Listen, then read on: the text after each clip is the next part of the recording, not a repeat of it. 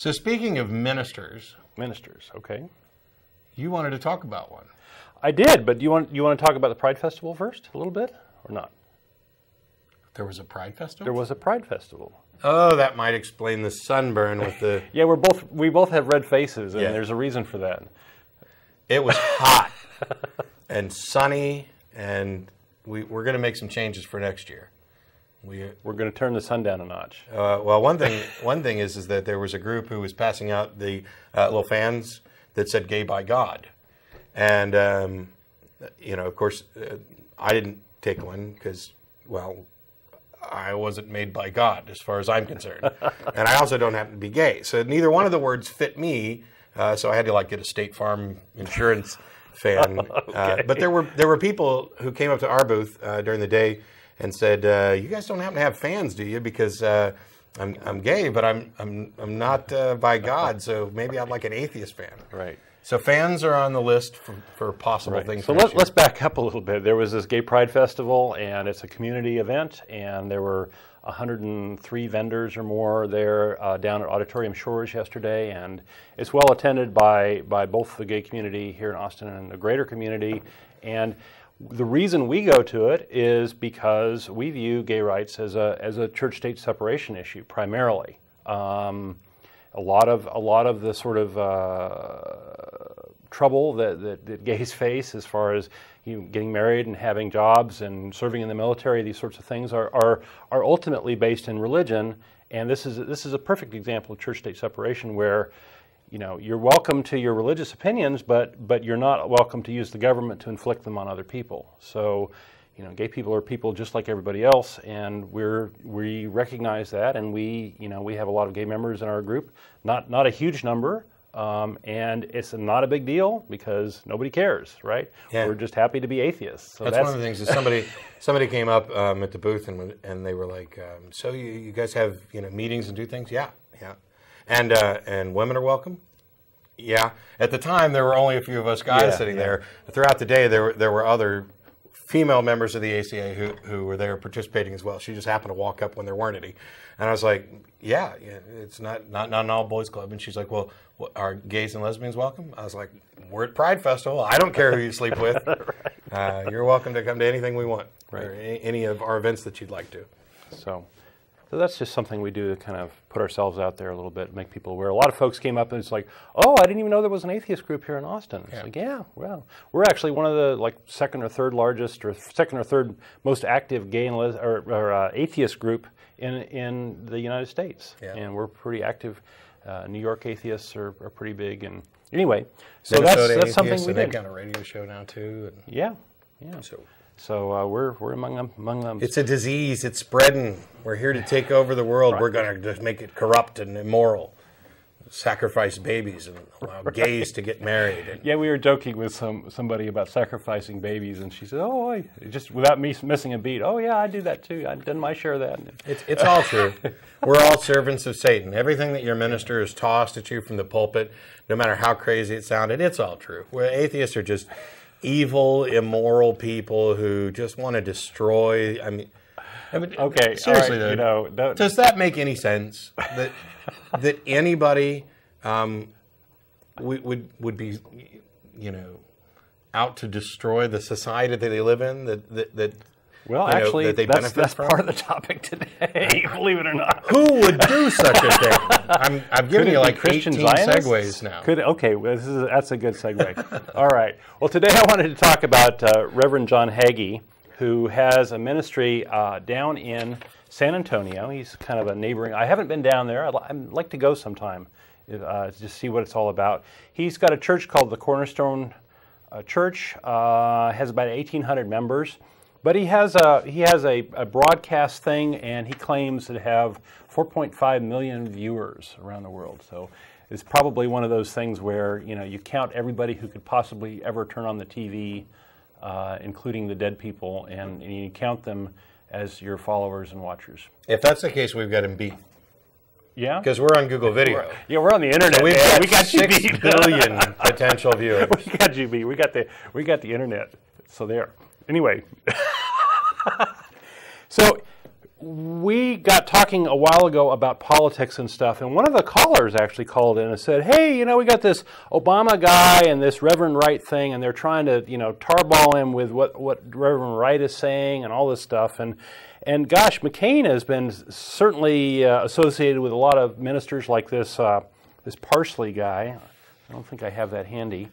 But and also he got an endorsement from John Hagee, and these guys have some pretty crazy religious beliefs. I mean, if you thought Reverend Wright was a nutcase, then take a look at these guys. This Parsley guy makes a living, no kidding.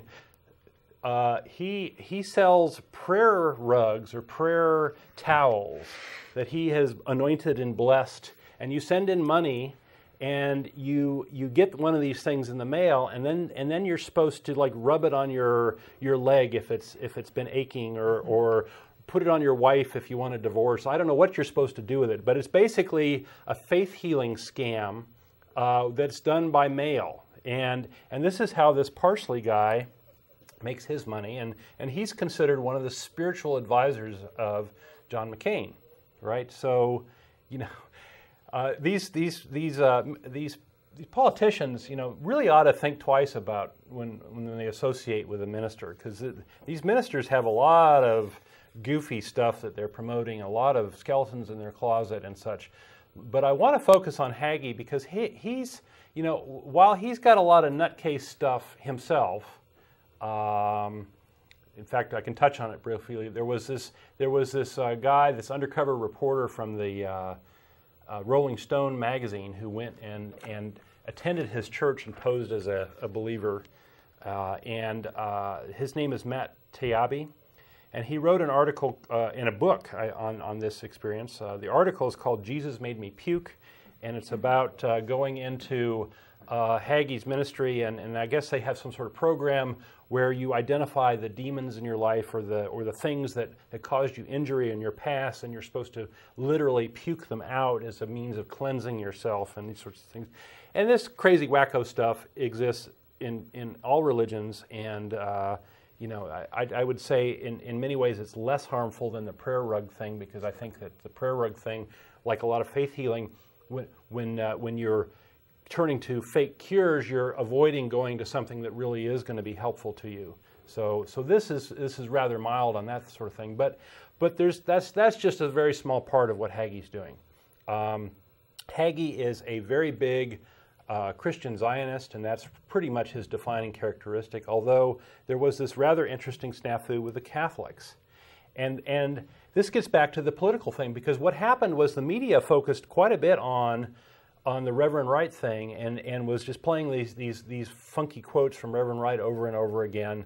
And you know, he does have some wacky views, but generally he, in a real interview, can come off quite well. I watched him on Bill Moyer's show, and he was very articulate and knew what he was talking about. Anyway, so finally the media gave some attention to John McCain and such, and the backstory is kind of interesting, that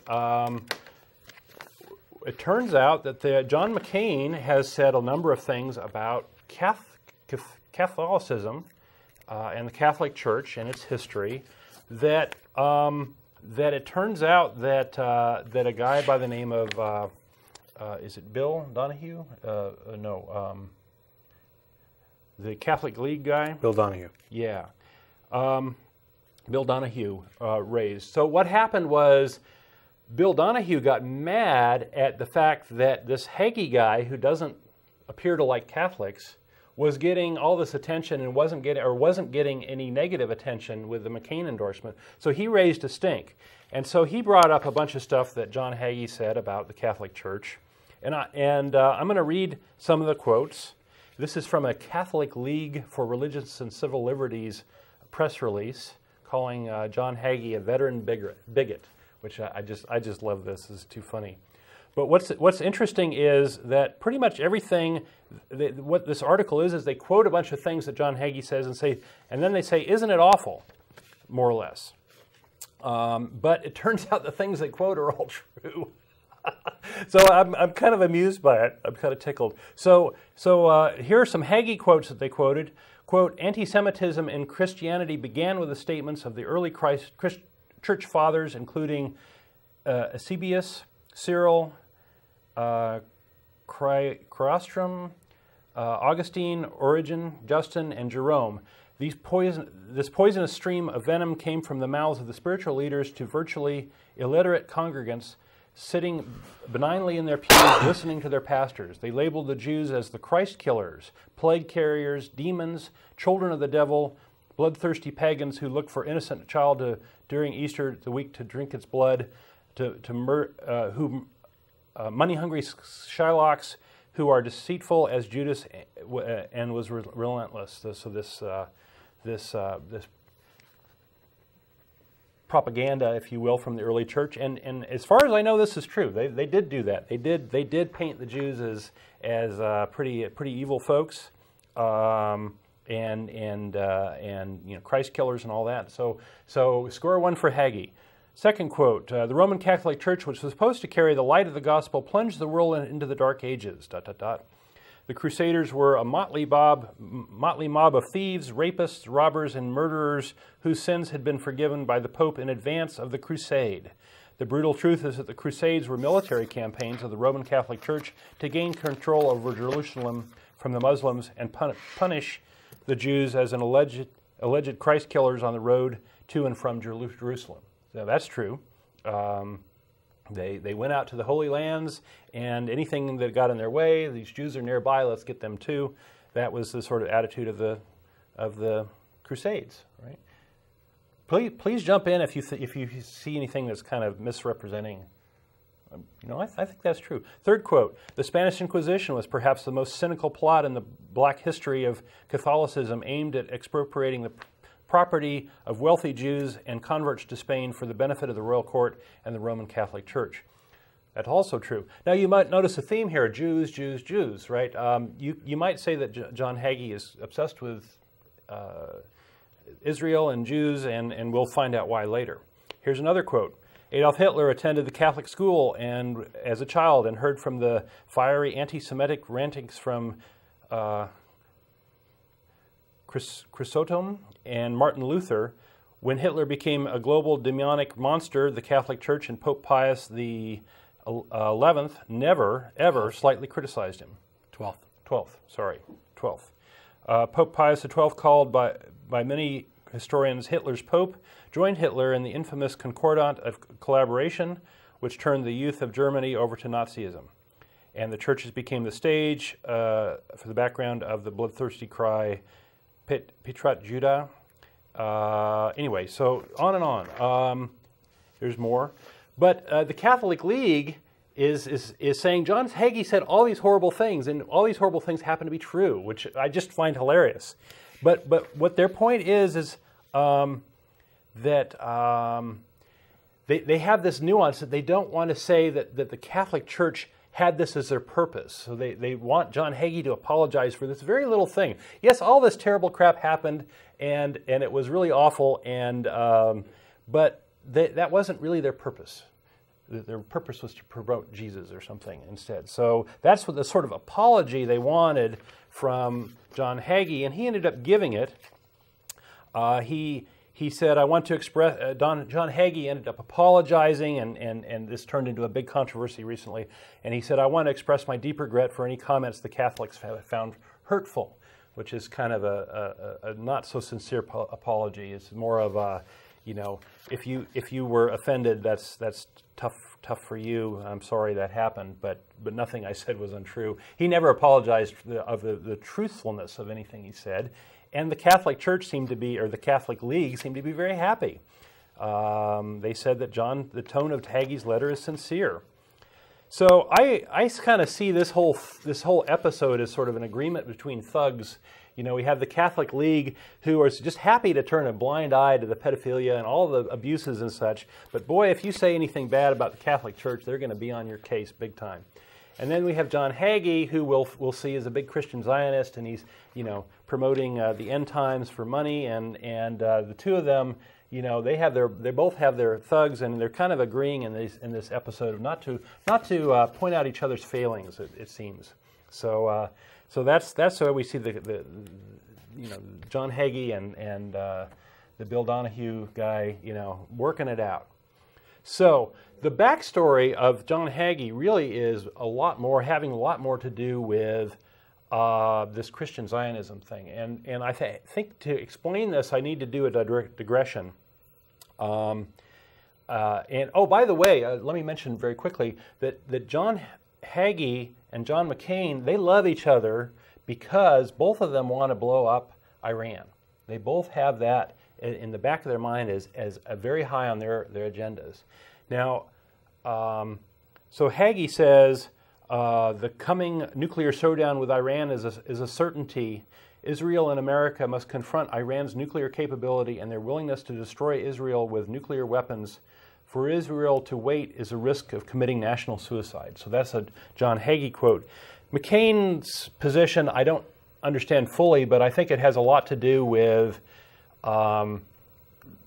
keeping the U.S. as a world-dominating force and making sure that there's not yet another group out there who we have to sort of take seriously, right? So it's much better if Iran doesn't have nuclear arms because then we can shove them around a lot better. So I think that would be more of his slant on things. But it's a marriage of convenience that the two want to take Iran out. I personally don't think that that's a worthwhile goal, and I think that our war in the Middle East is complete nonsense and insanity. But that's another topic, and that's not so directly related to atheism, so I want to veer off of that. So let's talk about Zionism and Christian Zionism. Now, Zionism is really sort of this belief that the Jews who were dispersed through all the persecution throughout the Middle Ages and throughout the modern ages have been dispersed and persecuted, that they should have a homeland. And generally that's not a bad idea, right? You have this people with a single ethnic identity. They should potentially be together, have a community, and do these sorts of things, right? And there's this Zionist movement really picked up steam right after World War II. Albert Einstein was a big Zionist, right? He wanted to see the Jews have a homeland. He didn't believe that the Jews had any special place in the world, that sort of thing, but he thought that was a good idea to having a homeland. And this actually caused, after the Holocaust and these sorts of things, a movement to create a homeland, and it ended up being in the founding of the State of Israel. On the other hand, they could grow up and disregard all this God gave us this land nonsense, right, and join those of us who'd like to just say, you know what, we're all human beings. Right. Let's start with that, knock down some of the barriers. Right. What do you want with a crappy little piece of desert anyway? Well, so there's this big issue. If I was Jewish, would I rather live in Austin or Jerusalem? Man, Austin rocks. Beautiful hill country, places to golf and swim, right, and outdoors. So there's this big question now of whether this should be a homeland or a biblical mandated homeland. And this is I think where one of the key questions, right? Is the Jews, if you look back in your Bible, there was this incident where Abraham goes goes to sacrifice his son Isaac to God, right? Mm-hmm.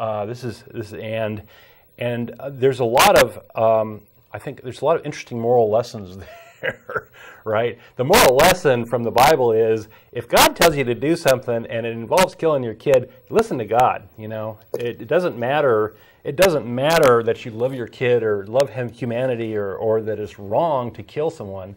Go and obey God. That's the moral lesson there, right? But Abraham went to do this, and at the last minute, God spared the child, right? But Abraham was praised for his willingness to do this, and I don't think that he is being praised at all for his ability to deceive God, right? So morally, in my mind, this is exactly the same as if he did kill his child, right? So in return, well, what it tells us is that from Abraham's point of view, killing your child is something that God would ask and that should be obeyed. This gets respun so often with, well, God showed up at the end and saved him. Okay, yeah, I've heard the story too. So what? It's not very important part of the story. In my mind. I mean, granted, it's all fiction, but if God shows up at the end and saves the kid, that says nothing. The whole purpose was to test Abraham's quote-unquote faith, which I'd rather translate as blind obedience. Because you've got a God here who says, hey, I want you to kill your son. And Abraham says, okay. Sign me up. And drags him off and goes to... Grumble a little bit. How does this work? How is this a morally just or superior God or anything worthy of worship or reverence or anything? If some voice told me or something that I perceived to be a higher power came and told me, hey, go kill your son, go screw yourself. Tell me why I should. What gives you the authority to do this? This is all about the mindset that I brought you into this world, I can take you out. I mean, it's funny when Cosby says it, but if you say that this is some kind of just principle of any sort of intelligent higher being, you're wrong. You have bought into this unethical, immoral system. And how dare you accuse somebody else of being morally inferior because they point that out? Oh, well, God would never do that. He did, according to your beliefs. I mean, you believe he did this. Well, God never would have actually let Abraham kill it. Well, it doesn't matter. Abraham believed he did. Yeah, it's a gang initiation thing is how I view it. Do you really think Abraham said, well, God says he wants me to kill my son, but I know God would never do that, so I'll just play along. I'm sure he'll rescue him at the end. I mean, come on. I mean, I understand that there are apologists out there that like to soften all the offensive, stupid, immoral, unjust things in the Bible. Come on, don't treat the rest of us like we're stupid. Wake up. The story is about, will you obey me no matter what? That's it. That's the story. And that's what Abraham's rewarded for, and that's why the Jews think they're special. They're right, God's chosen people. So as a result of this, Abraham became the exalted patriarch of the Jews, and God gave three him pseudo-monotheistic religions. Right. And God, as a blessing or as a help to his new gang member, gave him a whole bunch of land, right? So, and this is really, you have to understand this story. This is called the Abrahamic Covenant, right? That the Jews got all this land in exchange for Abraham doing these things. You have to understand this to understand anything at all about Middle East politics, right? Because it is this very land that the Jews today think, or the believing Jews today think that they have a right to, that God gave them this land. And to make matters worse, we have a whole bunch of Christians here in the United States that see this as, a big part of the sort of biblical prophecy playing out. And so you have a movement in the United States called Christian Zionism, which is really sort of taking the Zionism, Jews should have a homeland, but it's amplifying it. It's really putting a very nice, happy, smiley face on the idea that Jesus is going to return, and this is a necessary step to that to happen, that the Jews have this homeland and take all of Judea. Yeah, Jesus is going to come back and save us all. But before he can do that, we need to have a war in Israel. And before we can do that, we need to be able to reestablish Israel.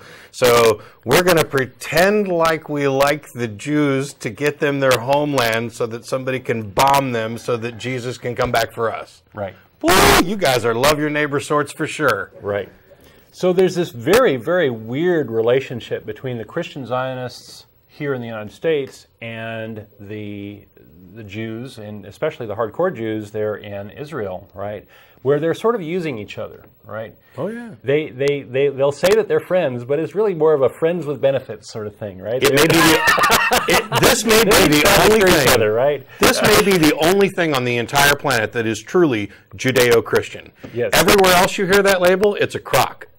Right. There's no such thing as Judeo-Christian values or Judeo-Christian principles.